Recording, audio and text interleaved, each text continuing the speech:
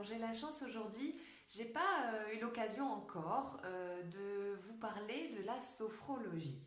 Alors la sophrologie, j'en ai fait à divers moments dans ma vie, mais ça a toujours été du groupe. Et puis récemment, j'ai rencontré Béatrice, avec qui je pratique aussi la biodanza. Et il y a eu là un moment magique, une invitation en tout cas, à ce qu'on puisse pratiquer avec toi un moment de sophrologie. Est-ce que tu peux dire un peu aux personnes qui nous regardent et à moi comment t'en es arrivée là? Qu'est-ce qui t'a donné en fait envie ou qu'est-ce qui te plaît dans la sophrologie?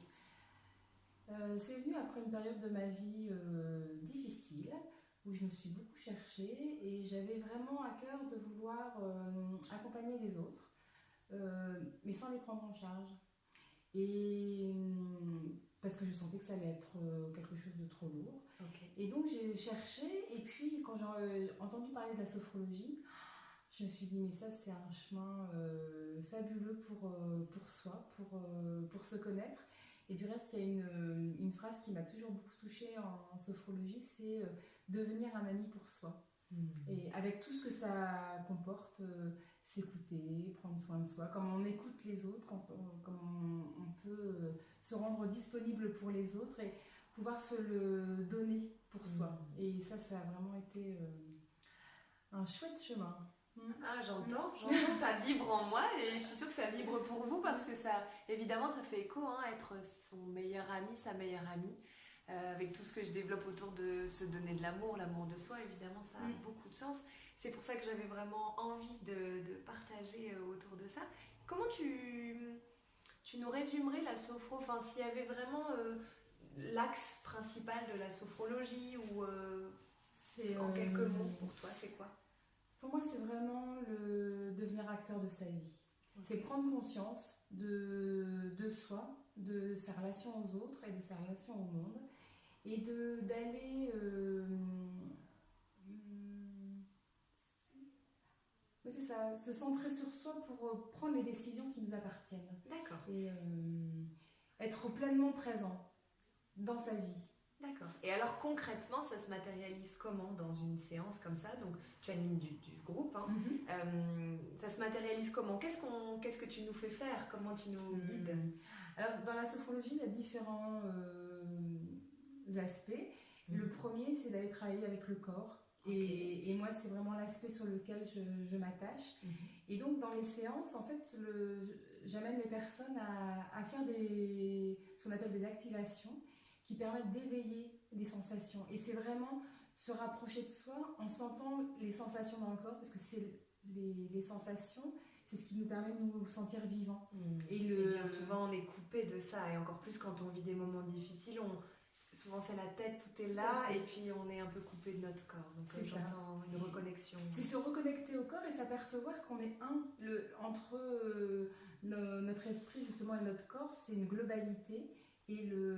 Et c'est aller vraiment percevoir, c'est ressentir toutes les sensations et s'apercevoir le lien qu'il y a entre le corps et l'esprit. Plus le corps est relâché et détendu, on s'aperçoit que plus l'esprit est détendu aussi, et ça nous permet de sentir cette unité. Et en plus, le corps ne ment jamais. La tête, on nous manipule parfois. Peut nous manipuler. On peut y mettre beaucoup de choses, croire à beaucoup de choses. Le corps, lui, il est dans le présent et il ne ment pas. Et ça aussi, c'est dans la capacité qu'on a de se reconnecter à soi, pouvoir s'ancrer dans un ressenti qui est vrai par rapport à la tête où on peut... notre imaginaire peut nous emmener quelquefois bien loin de la réalité. Wow, génial. Et pour toi, quel est l'avantage ou l'intérêt ou les bénéfices à faire du groupe, la sophrologie en groupe? Parce que je sais qu'il existe la sophrologie en individuel. Et toi, tu choisis vraiment l'axe du groupe. Quel est peut-être le point qui t'a fait choisir ça? Il y a une énergie dans le groupe et ça permet à la fois de ne pas se sentir seul face quelquefois à des périodes de vie qui sont difficiles, s'apercevoir que d'autres personnes aussi traverse des moments difficiles, tout en reconnaissant son unicité. Puisque avec une même séance proposée, les ressentis vont être complètement différents. Et je favorise vraiment le partage entre les personnes dans le groupe. Et ça permet de prendre conscience de ça. C'est, ah tiens, on vit un même exercice. Moi, je vais ressentir ça. La personne en face de moi peut sentir quelque chose de complètement différent.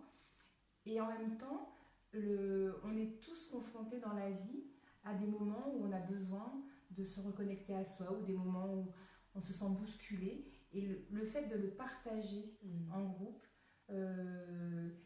ça nous donne l'autorisation aussi à chacun de dire ah bah oui, d'être unique. Je suis unique, mais je peux aussi sentir ça. J'ai pas besoin toujours de montrer un visage comme on nous demande dans la société où tout va bien. Et c'est la réponse automatique. Comment tu vas? Tout va bien, un grand sourire. Même si à l'intérieur c'est la tempête. C'est ça.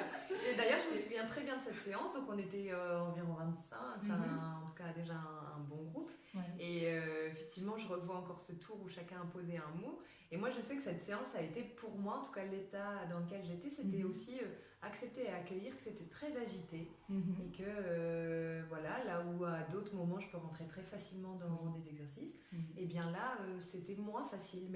Et j'ai appris, et je trouve que c'est ça aussi la clé, c'est de pouvoir accueillir de ce fait qu'un jour c'est comme ça, que la semaine d'après, parce que souvent c'est des pratiques hebdomadaires, voilà, et de pouvoir apprendre à accepter, un jour c'est comme ça, et puis on est aussi des êtres cycliques, et donc c'est aussi chouette d'accueillir, et ça des fois c'est de voir les autres oser dire oh là là, bah, moi aujourd'hui ça le fait pas, enfin en tout cas j'ai eu l'impression d'être à côté de mes pompes, d'être à côté du truc, puis en fait on n'est jamais à côté parce qu'on est exactement présent à ce qui est de ce que j'entends. Tout à fait. Et puis ça nous fait prendre conscience que on peut être dans une tempête et en même temps on peut être là, et que la fois d'après ça peut être complètement différent. Bah oui, et puis là j'aime bien quand tu dis ça, c'est juxtapose, c'est-à-dire qu'on peut se sentir et en même temps hyper joyeux et en même temps ressentir de la tristesse. C'est ça. Et ça paraît pas rationnel, mais en tout cas on a toutes ces parts et on est aussi ces êtres complexes, donc c'est beau. Donc c'est aussi reconnecter peut-être toutes ces parts, enfin je sais pas comment j'ai envie de dire ça. C'est pas mal de relativiser aussi. On n'est pas ou tout noir, ou tout blanc, ou en pleine forme. Et on n'a pas que des défauts, ou que des qualités. Voilà, on a les deux et on est des êtres complémentaires. Génial. Bon, ça donne envie, n'est-ce pas? Un groupe. Donc je sais que tu animes pour des associations, c'est ça? Comment on fait? On te contacte si on a envie, enfin voilà, en tout cas si on veut animer ça dans une structure? Oui, par exemple. Tout à fait. C'est tout à fait possible. Je me déplace facilement pour animer des groupes en fonction des demandes. D'accord. Toi, c'est l'agglomération lilloise comment c'est? Je ne sais pas exactement. Oui, c'est toute l'agglomération lilloise. Et où tu donnes ton groupe aujourd'hui? Parce qu'on peut venir aussi en tant qu'individu il faut adhérer individuel. On peut venir participer à un groupe? Dans le groupe que j'anime actuellement dans une association, oui. D'accord. Il faut adhérer à cette association-là. D'accord. Et puis, mais on peut participer. Super. Donc, il y a les deux options. Voilà, pour un groupe, si vous êtes une structure ou vous êtes salarié quelque part et que vous auriez envie qu'on vienne animer ce genre de choses chez vous, parce que c'est vraiment apporter du calme, de la sérénité et de la connexion. Et quand on est là-dedans, on est efficace dans son travail, on est plus souriant, on est plus communicant. Enfin, bref, c'est toute la vie qui est plus fluide et qui paraît plus ensoleillée, et ça ne dépend pas du temps qu'il fait dehors. C'est ça. Surtout quand on vit à Lille et qu'on attend les rayons de soleil, on peut toujours les attendre parfois. Merci beaucoup Béatrice, je suis ravie d'avoir pu partager ça avec vous. Merci à vous, excellente soirée. Je vous invite vraiment à essayer ces pratiques, et en plus il y a la petite surprise et la cerise sur le gâteau, c'est que Béatrice se forme en plus à ce qui est très très cher pour moi, la biodanza.